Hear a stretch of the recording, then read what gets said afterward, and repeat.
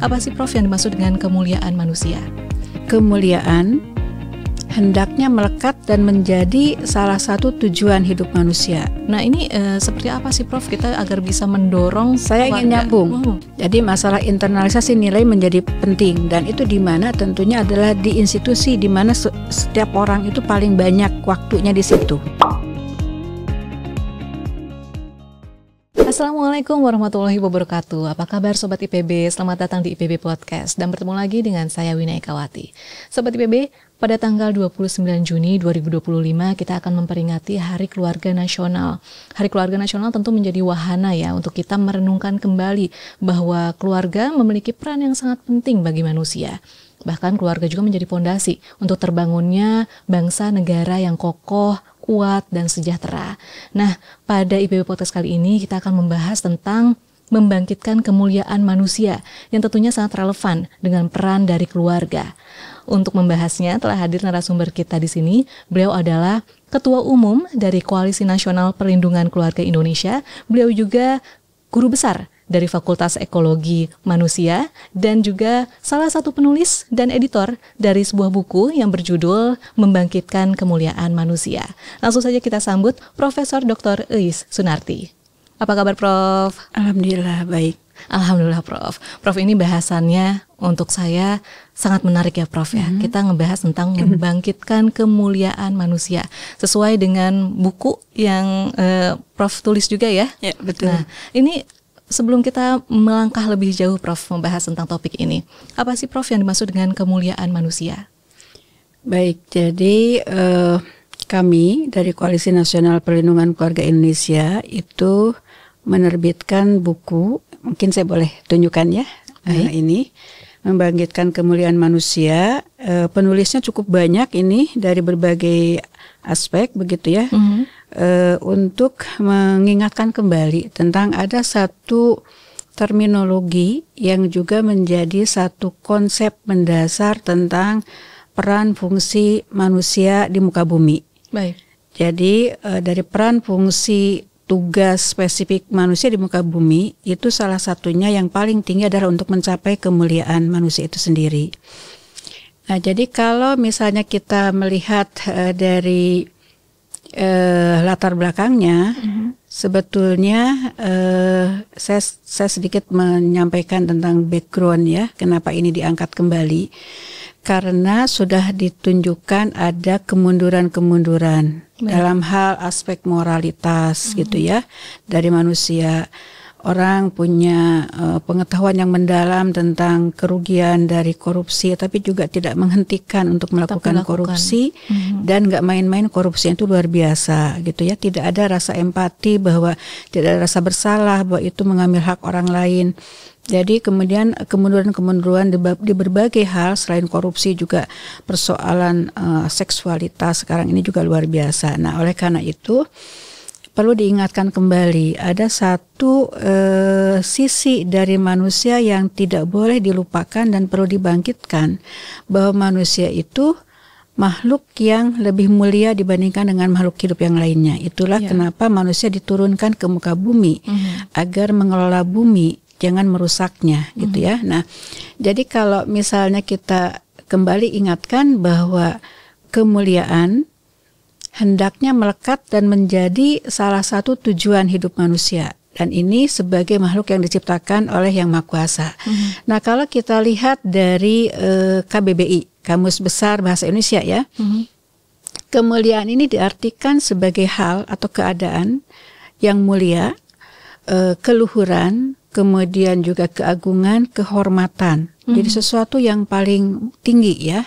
Dan mulia diartikan sebagai kedudukan, pangkat, martabat yang tinggi, tertinggi, terhormat, luhur budi, baik budi. Inilah yang kemudian menjadi penting kita kembalikan, kita bangkitkan kembali sisi kemuliaan manusia ini saat ini ketika kita melihat ada kecenderungan perilaku-perilaku yang cenderung merusak, mendegradasi, kemudian juga yang menjauhkan manusia dari kemuliaan itu sendiri. Nah, kemuliaan merupakan satu kelebihan yang diberikan kepada manusia dibanding makhluk hidup lainnya. Jadi manusia mulia yang lainnya bukannya tidak berhak untuk hidup, tapi tentunya berbeda ya, karena manusia diberikan akal pikiran, nurani, kemudian juga jiwa untuk bisa hidup lebih baik.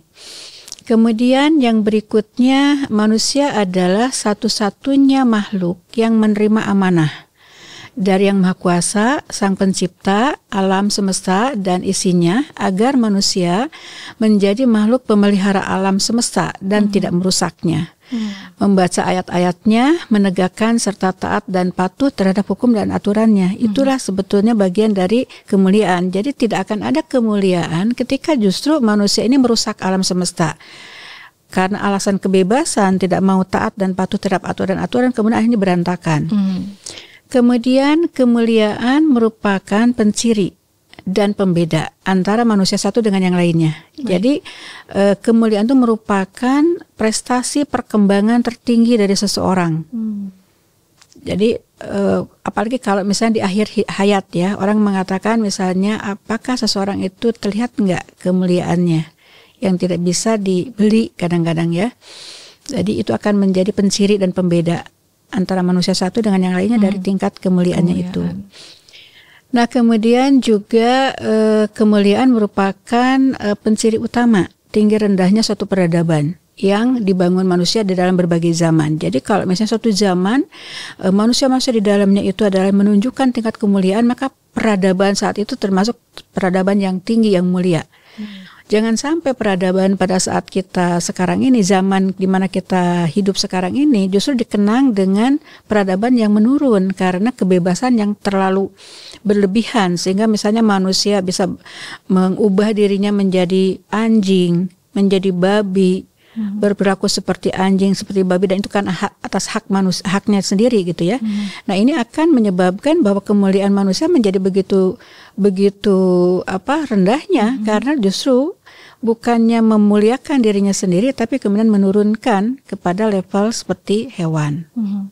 Kemudian konsep berikutnya adalah kemuliaan manusia pada intinya itu dibangun, diperoleh, dijaga, dipelihara dalam satuan unit sosial terkecil yang namanya keluarga. Kenapa? Karena keluarga adalah suatu institusi, suatu unit sosial terkecil, pembangun manusia berkualitas. Pembangun manusia berkualitas agar sama-sama keluar sebagai individu dan sebagai keluarga membangun masyarakat madani.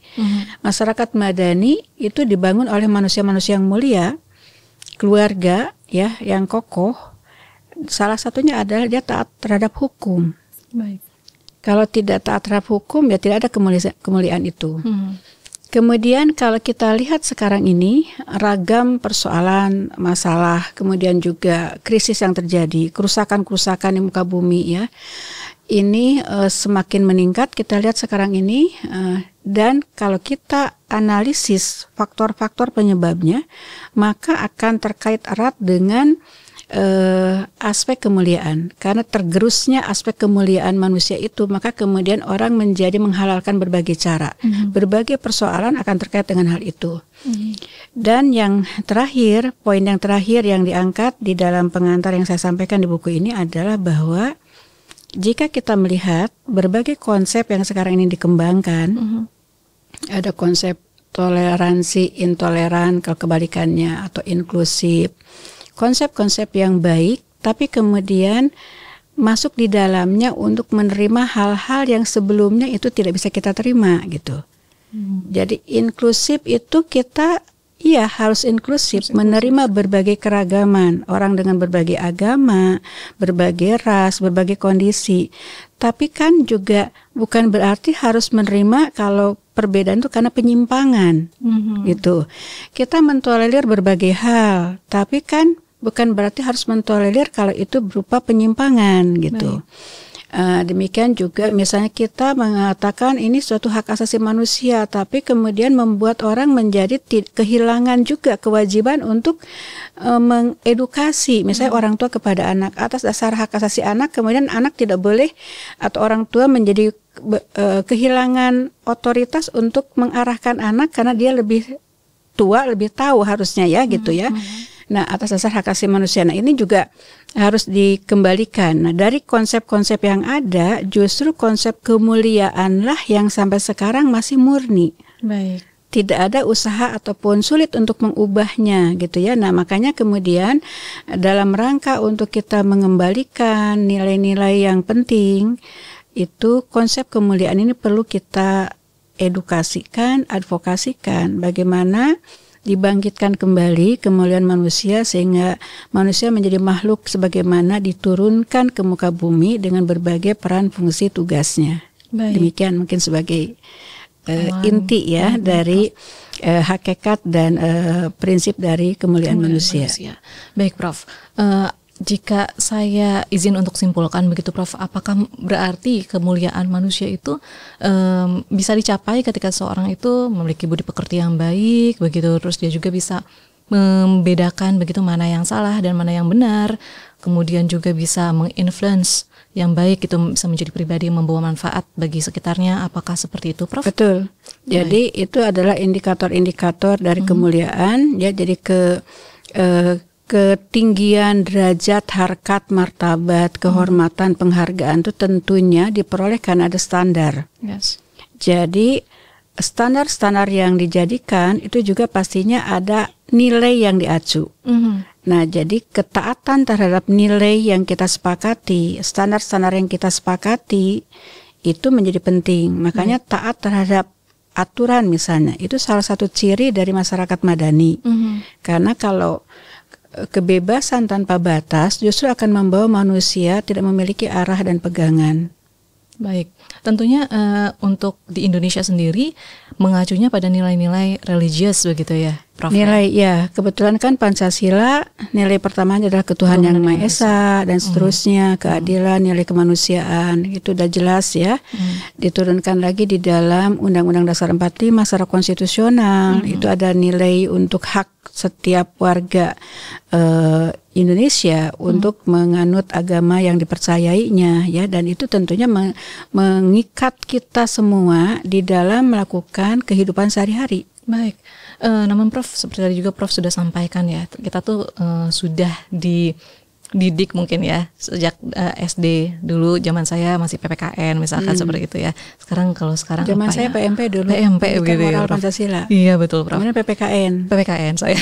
Nah, mungkin sekarang masih ada nggak ya? Mungkin bisa komentar Sobat IPB di kolom komentar. Nah, sudah ada upaya-upaya edukasi ke sana. Namun yang seperti kita ketahui ya, Prof ya, tadi Prof juga sudah mention korupsi masih merajalela, bahkan tadi seperti tidak punya empati begitu ya.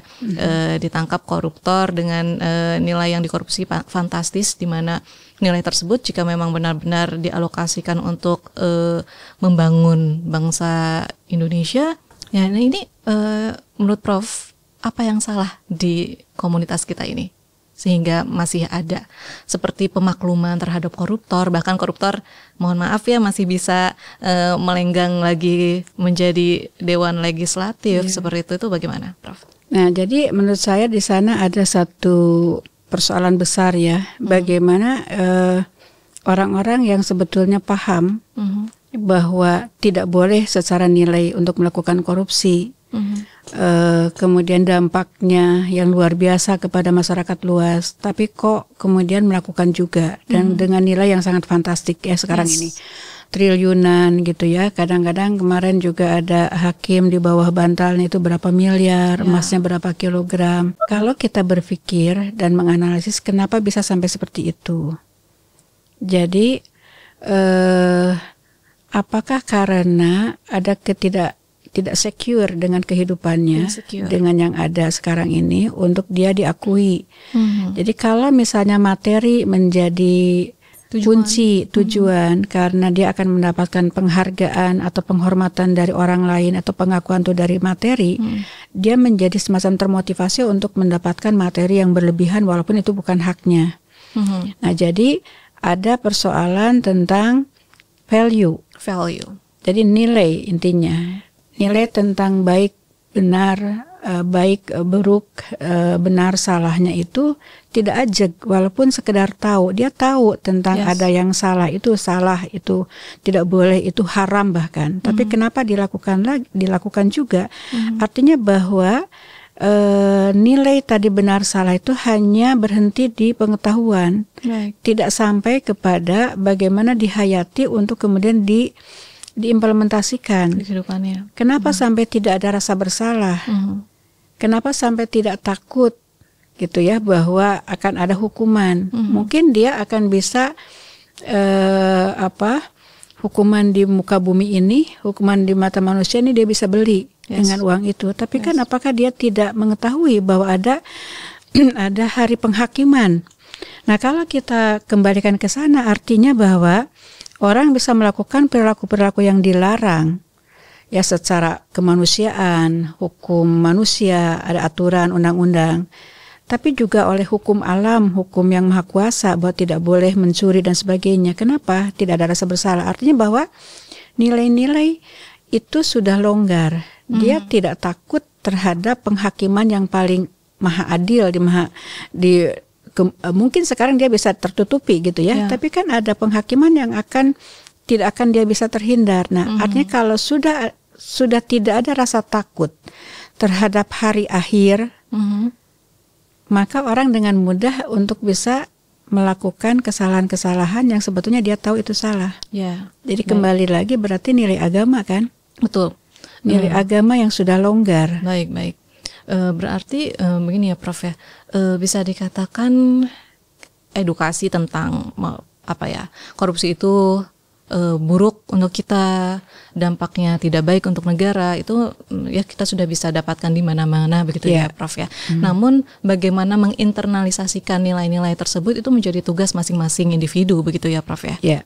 Dan juga pada akhirnya setiap dari kita ini memiliki kontribusi ya terhadap budaya itu, terhadap budaya. Kalau kita mengagung-agungkan orang yang dari penampilan, dari kekayaan, kemudian membuat orang untuk terstimulus memiliki kekayaan materialistisnya itu kuat banget gitu ya. Artinya bahwa ada kontribusi dari masyarakat yang sering mengeluh-elukan, lebih menghargai orang karena kekayaannya, karena hartanya, bukan karena kebaikannya, bukan karena nilai-nilai yang dianutnya.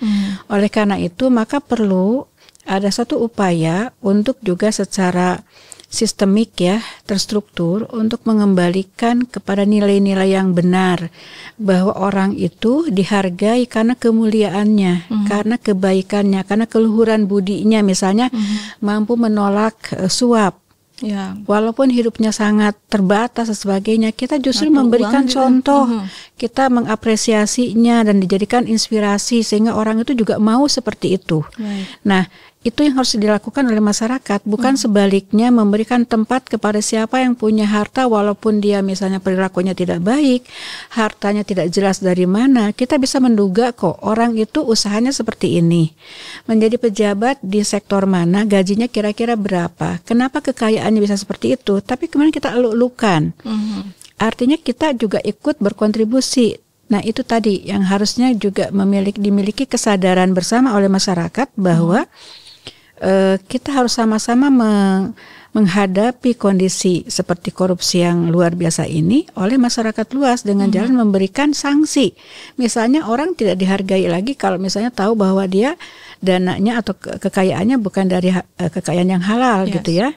Nah, tapi justru menghargai nenek-nenek yang misalnya menyumbang uang hanya 10.000 hanya dalam tanda petik ya, untuk misalnya ke masjid di tengah kekurangannya, itu kita apresiasi, kita angkat tuh, sehingga orang itu akan melihat kebaikan-kebaikan walaupun kecil dan itu menunjukkan kemuliaan. Baik. Berarti kan di sini bisa kita tarik kesimpulan peran kita masing-masing kita itu sangat penting sekali, apalagi arah kita jika ingin cita-citanya tadi ya masyarakat yang madani begitu. Betul. Ya Prof ya. Nah Prof, berarti bisa dikatakan keluarga ini memiliki peran yang sangat besar sekali dong Prof, karena kan kita mengawali belajar kita itu dari keluarga, kita memahami mungkin ya nilai-nilai gitu awalnya itu dari keluarga begitu. Nah ini seperti apa sih Prof kita agar bisa mendorong Saya ingin nyambung dengan tadi ya. tentang ada gap antara apa yang kita tahu dengan apa yang kita lakukan. Betul. Apa yang kita tahu, apa yang kita persepsikan, apa yang kita lakukan. Banyak misalnya tahu tentang nilai, tapi ternyata tidak membawa kepada Betul. Perilaku gitu ya. Jadi masalah internalisasi nilai menjadi penting, dan itu di mana tentunya adalah di institusi di mana setiap orang itu paling banyak waktunya di situ. Terutama dari sejak anak, kan dia lahir di keluarga. Waktu yang paling lama itu berinteraksi dengan keluarga seharusnya gitu ya, walaupun nanti kemudian juga ada instansi lain dari sekolah, dari peer group dan sebagainya, tapi keluarga tetap adalah yang paling utama. Jadi bagaimana menginternalisasikan nilai itu. Nah, untuk membuat seseorang itu menjadi tidak melakukan hal-hal yang salah, tapi melakukan hal-hal yang berkarakter ya, perilaku berkarakter, beradab, berakhlak, maka keluargalah harus mencontohkan dalam kehidupan sehari-hari, dimulai dari nilai. Nah, terkait dengan persoalan sekarang ini, perusakan, degradasi moral, korupsi yang luar biasa sehingga ketimpangan merajalela ya. Ada orang yang nyari 20.000 tuh susahnya minta ampun, tapi ada orang yang membelanjakan luar biasa besar miliaran ya, dengan mudahnya begitu dengan mudahnya gitu. Padahal juga itu misalnya kalau itu adalah karena harta yang halal nggak masalah ya, tapi kalau apalagi kalau itu karena korupsi gitu kan sangat menyedihkan. Nah, artinya bahwa di keluarga harus dimulai tentang nilai-nilai kebaikan. Pertama yang saya lihat itu adalah menginternalisasikan untuk seluruh anggota keluarga itu hidup sederhana. Hidup sederhana sebagai pilihan, bukan karena keterpaksaan. Memang ada orang karena sederhana bahkan mungkin melarat sekalipun karena memang kondisinya gitu. Tapi ini justru karena pilihan. Ya, sekarang ada hal yang cukup membuat kita cukup bangga dengan generasi muda yang mengangkat isu tentang frugal living ya. Frugal living. Itu menurut saya sih cukup bagus ya. Jadi ada kesadaran baru tentang sikap ekologi finansial yang lebih baik kepada generasi muda. Tapi walaupun memang mungkin masih terbatas ya, tapi itu bisa jadi inspirasi ya. Nah, jadi harus dikuatkan kembali nih mumpung ada hal itu. Jadi di keluarga itu bagaimana menginternalisasikan tentang nilai hidup sederhana. Jadi orang dihargai karena kesederhanaannya, karena pertimbangan-pertimbangan di dalam pengambilan keputusan, karena fungsinya, bukan karena aksesoris gitu ya. Itu yang harus kita kembalikan. Jadi kita berikan apresiasi kepada orang yang justru hidupnya sederhana walaupun dia punya. Saya punya kok untuk beli ini itu, tapi kan saya nggak mau. Saya mendingan pakai buat yang lain. Tidak perlu dan sebagainya. Ya. Tidak usah. Nah, jadi kita harus sama-sama mendorong, menguatkan nilai itu sehingga semua orang dikuatkan gitu ya, dan berkontribusi terhadap itu, memberikan apresiasi.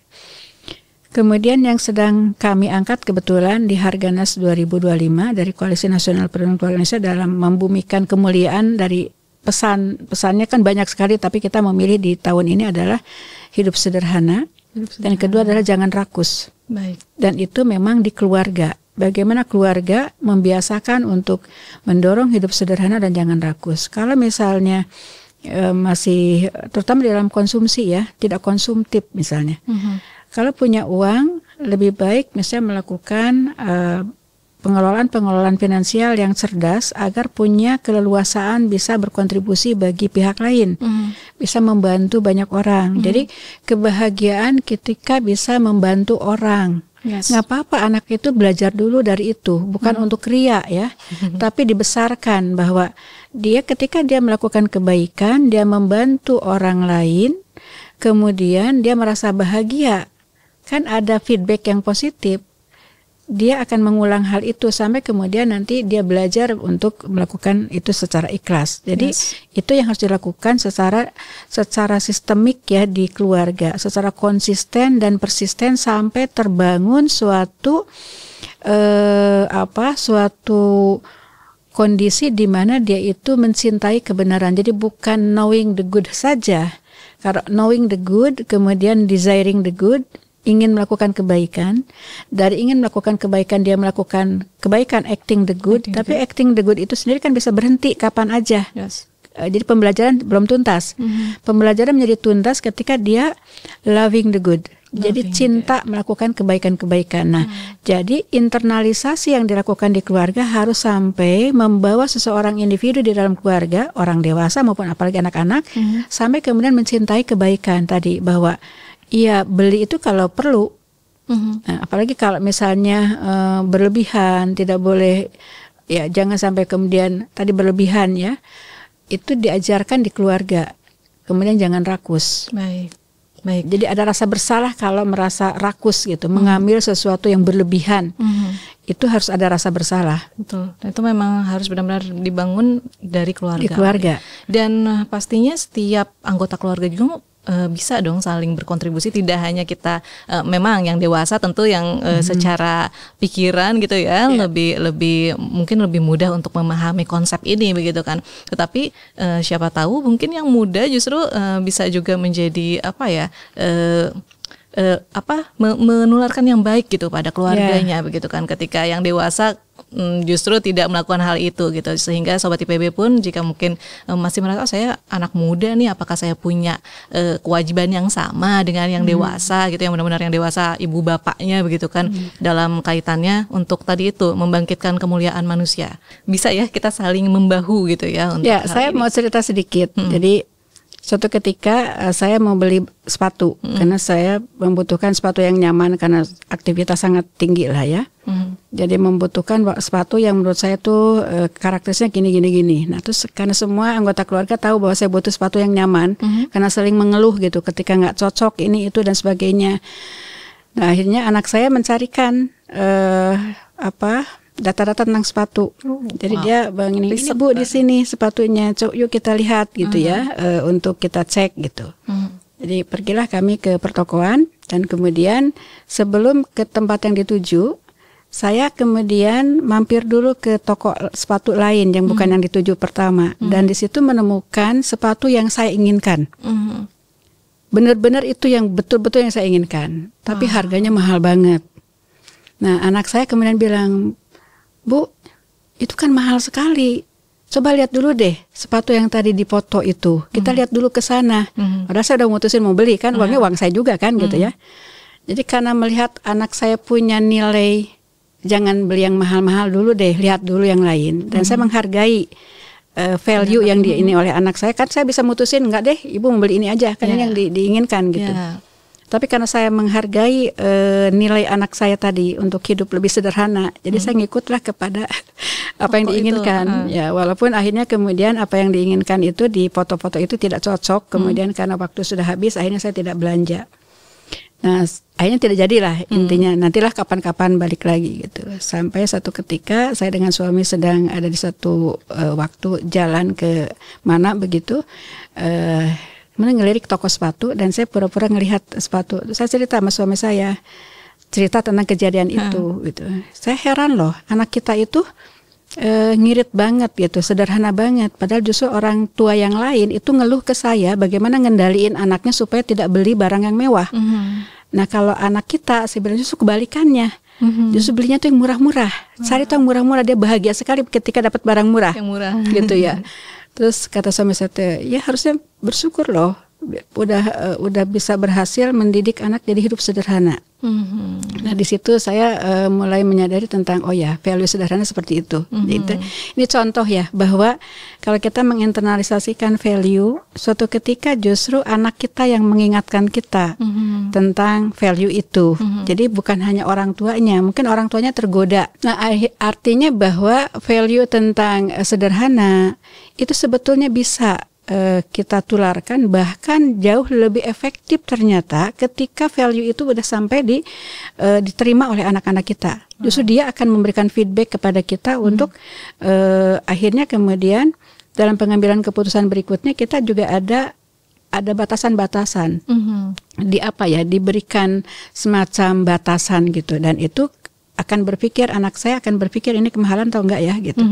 Itu juga ternyata tadi yang disampaikan bahwa semua anggota keluarga itu bisa berkontribusi di dalam mengawal value ya, dalam hal ini kalau misalnya hidup sederhana, jangan rakus, itu agar kita tidak koruptif. tidak berperilaku korupsi. Kita merasa cukup dengan apa yang kita miliki. Ya, berarti siapapun di dalam keluarga itu memiliki peran yang bukan peran yang sama, tugas yang sama ya untuk mengarah ke sana. Jadi yang tua, yang muda itu bisa memiliki kontribusi yang sama begitu. Itu contoh Prof, yang tadi yang saya sampaikan. Prof. Nah, Prof, di luar dari keluarga, apakah ada juga faktor-faktor lain yang bisa mempengaruhi kemuliaan seorang manusia? Ada tentunya lingkungan di mana kita bekerja, ya, pertemanan kita. Karena kadang-kadang nilai yang baik di keluarga bisa rusak ketika kita memperoleh atau kita berada pada lingkungan yang tidak kita kontrol. Dan kita menjadi sangat terikat. Kan banyak anak yang lebih nurut sama peer groupnya, takut tidak diterima oleh teman-temannya dibanding dengan misalnya nasihat orang tuanya atau nilai-nilai yang dianut. Sehingga menjadi sangat penting kita untuk memilih lingkungan. Jadi lingkungan itu dipilih, diciptakan. Kadang-kadang kita tidak bisa memilih, misalnya karena kita misalnya kerja di suatu lingkungan ya, di situ kita tidak bisa milih. Nah, kalau kita tidak bisa milih, maka kita harus mewarnai atau menciptakan lingkungan yang aman bagi kita sesuai dengan nilai-nilai yang kita anut. Itu mungkin agak sulit kalau sama people pleaser. Ya. Orang yang nggak enakan. Ya, betul. Berarti yang punya kontrol terhadap diri kita sendiri ketika kita tahu bahwa kita orang yang tidak enakan, selalu bilang. Makanya konsep diri itu harus kuat. Nah, kita harus berinvestasi di situ untuk mengatakan no terhadap sesuatu yang tidak disetujui. Sehingga di dalam keluarga bukan hanya kepada anak untuk mengatakan kemampuan untuk investasi resiliensi, mengatakan no ketika orang mengajak miras, ngerokok dan sebagainya, tapi sebetulnya juga kepada orang dewasa, kepada ayahnya, kepada ibunya. Karena ternyata godaan bisa dari manapun. Betul. Ya, korupsi itu kan banyaknya bapak ibunya kan gitu. Betul. Jadi artinya menguatkan nilai-nilai itu di keluarga betul-betul harus menjadi agenda ya. Ya, harus berani bilang tidak juga ya, Prof. Ketika itu jadi, memang tentang tidak sesuai. Konsep tentang risiko harus diajarkan di keluarga. Ya. Jadi risiko itu apa yang maksud dengan risiko? Masuk penjara, risiko. Tapi bahwa tidak sampai masuk penjara, tapi juga kalau korupsi tidak terbukti kan sama aja risikonya masuk neraka kan gitu ya. Atau disuap gitu ya. Kan menyepelekan dengan suap menyuap itu. Nah ini kan kalau value itu tidak diajarkan di keluarga, maka kita nanti akan relatif mudah tergoda atau bahkan mungkin tidak tahu juga bahwa itu adalah dosanya seperti itu misalnya. Nah, jadi bagaimana sebenarnya menularkan nilai-nilai itu di keluarga dari suami ke istri mengingatkan suami, dari orang tua ke anak gitu ya. Anak juga mungkin nanti memberikan feedback kepada orang tuanya gitu ya. Nah, jadi bagaimana sistem di keluarga, fungsi-fungsi di keluarga berjalan. Ketika sekarang ini keluarga kekurangan waktu untuk berinteraksi. Ini yang menjadi salah satu tantangan di dalam pengokohan atau penguatan ketahanan keluarga Indonesia. Baik, sehingga ya kita harus merefleksikan masing-masing juga refleksi diri begitu ya Prof ya, untuk melihat sudah sejauh mana sih ini kita untuk melangkah ke arah insan mulia ini gitu ya. Saya sudah sampai mana, apakah masih banyak yang harus saya perbaiki sebagai seorang manusia tentunya ya Prof ya, agar bisa mencapai tadi kemuliaan yang tentunya harapan kita semua begitu ya Prof, agar kita bisa mencapai masyarakat madani begitu. Dan yang saya dapat juga tadi dari obrolan kita, kita sebagai manusia dewasa begitu harus memahami every risk gitu kan, dari opsi-opsi yang kita hadapi di dunia ini kita hadapi, kita temukan di kehidupan kita sehari-hari begitu ya Prof, karena setiap opsi tersebut punya resiko dan maybe itu nggak sesuai gitu dengan nilai kita, dan ketika memang itu tidak sesuai, resikonya tinggi, kita harus menguatkan konsep diri kita dan tidak malu, tidak ragu-ragu untuk say no gitu ya. Jadi memang benar-benar itu harus dari kita sendiri begitu ya Prof ya. Dan itu fungsi keluarga sebagai orang terdekat yang sayang kepada kita, yang ingin menyelamatkan kita, itu betul-betul harus dikembalikan dari fungsi itu. Baik Ibu, kira-kira closing statement dari Ibu dari obrolan kita kali ini bagaimana? Intinya bahwa kita melihat bahwa perlu untuk membangkitkan kemuliaan manusia Jadi mari kita perkuat keluarga sebagai institusi untuk menginternalisasikan kemuliaan dan meningkatkan kemuliaan manusia dan menjadi fondasi peradaban bangsa. Luar biasa Prof. Dan bagi Sobat IPB juga tadi jika tertarik terhadap obrolan kita dan mungkin ingin menelisik lebih jauh gitu Prof, bisa membacanya juga ya Prof ya, di buku Membangkitkan Kemuliaan Manusia. Ini IPB Press. Bisa diakses di IPB Press. Ya, dan ini Prof, ada e-booknya. Ada e-booknya. Dibuat free. Baik, jadi bisa diakses oleh siapapun gitu ya Prof. Ya. Wah, luar biasa. Jadi silakan baca ya. Kemudian saya mengajak justru bagaimana mengimplementasikannya. Karena jangan sampai hanya berhenti di konsep. Tapi ini sudah jadi diimplementasikan dan oleh seluruh komponen ya, individu, keluarga, masyarakat. Dan tentunya memang kondisi sosial kita pasti banyak kekurangan gitu ya Prof ya. Ada banyak hal-hal permasalahan, tapi jangan sampai membuat kita berhenti untuk tadi ya, untuk mengejar kemuliaan masing-masing kita begitu ya Prof. Harus terus diingatkan. Ya, betul. Agar kita nanti sampai pada titik akhir meninggal di dalam kondisi kemuliaan manusia. Betul Prof. Jadilah lilin yang tetap bersinar dalam kegelapan begitu ya Prof ya. Ya Prof. Jadi kita jangan sampai terbawa arus, malah kita juga ikut padam begitu lilin kita, tapi kita harus tetap menyala agar kita bisa menerangi sekitar kita begitu ya Prof ya. Baik Prof, terima kasih Prof sudah hadir di IPB Podcast. Sama-sama, terima kasih. Ngobrolannya sangat luar biasa sekali dan tentunya bisa menjadi pengingat ya untuk kita semua dalam rangka Harganas gitu, agar kita bisa sama-sama mulai dari keluarga bareng-bareng kita kejar untuk menjadi masyarakat madani begitu ya Prof ya. Demikian obrolan kita kali ini. Saya Winnie Kawati dan seluruh kru pamit undur diri. Sampai jumpa. Wassalamualaikum warahmatullahi wabarakatuh.